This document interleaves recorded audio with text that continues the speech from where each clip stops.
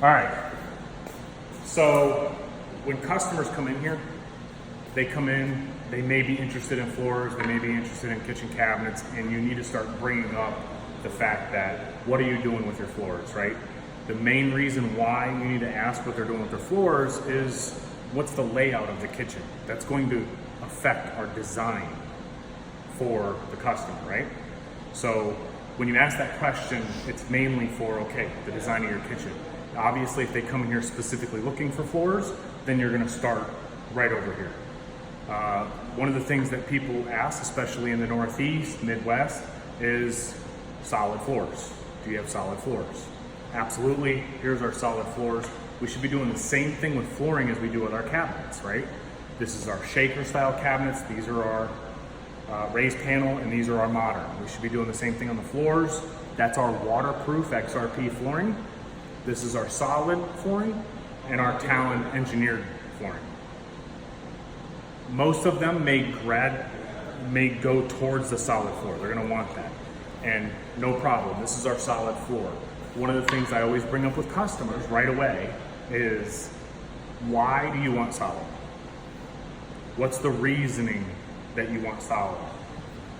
Just out of curiosity. And they will say a number of different reasons. My father always told me to get solid. My contractor told me to get solid.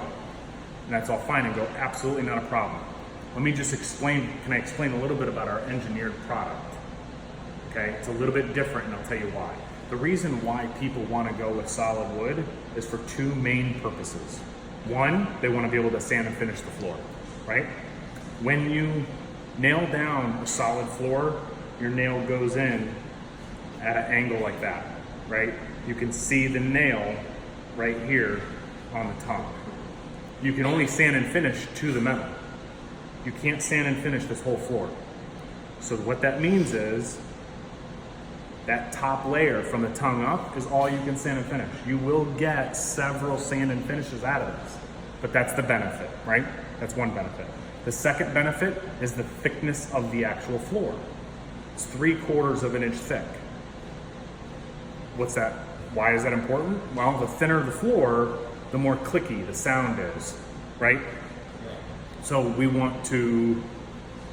they want solid floor because they want it to sound solid. Those are the two benefits of going solid.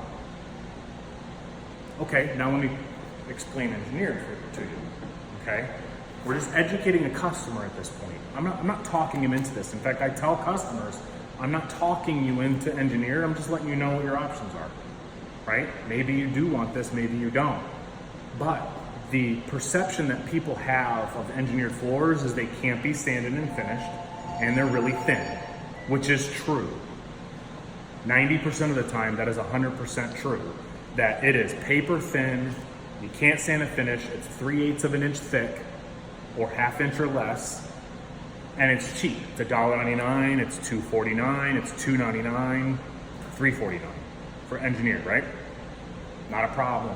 This is the difference. Number one, this top wear layer here is almost to that tongue, which means that you can now sand and finish the floor. So it has the same benefit as solid. Okay, now here's the next benefit. This is 3/4 of an inch thick as well.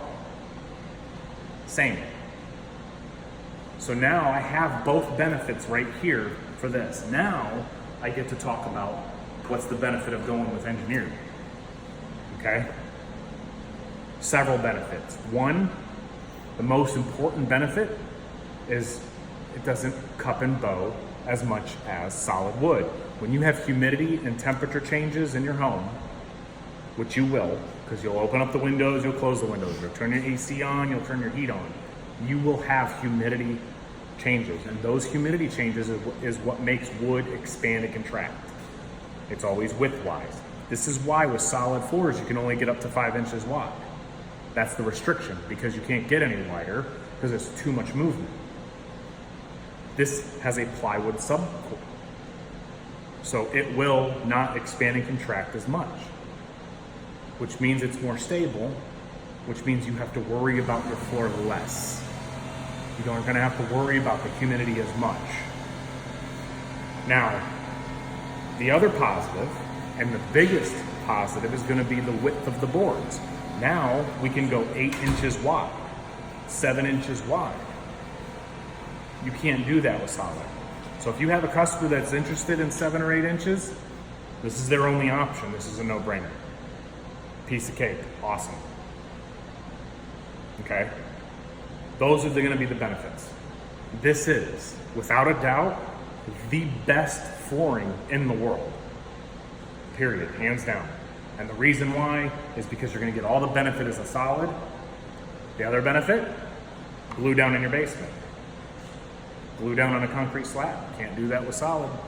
Not unless you get some crazy expensive glue, not unless you get some thinner hardwood, which then now you can't sand and finish if you go too thin. Now you have all of these other things you got to worry about here, and you got to worry about installation, and that's going to be a lot more expensive. So there's a lot of positive here. After I explain this to the customer, the very next thing that I'm going to do is tell them, this is more expensive than this. This isn't for everybody. This is $6 to $8 a square foot. This is $4 to $5. I'm not trying to talk you into something that's less. I'm trying to educate you on something that's better. This is better than this. That's the difference. The customer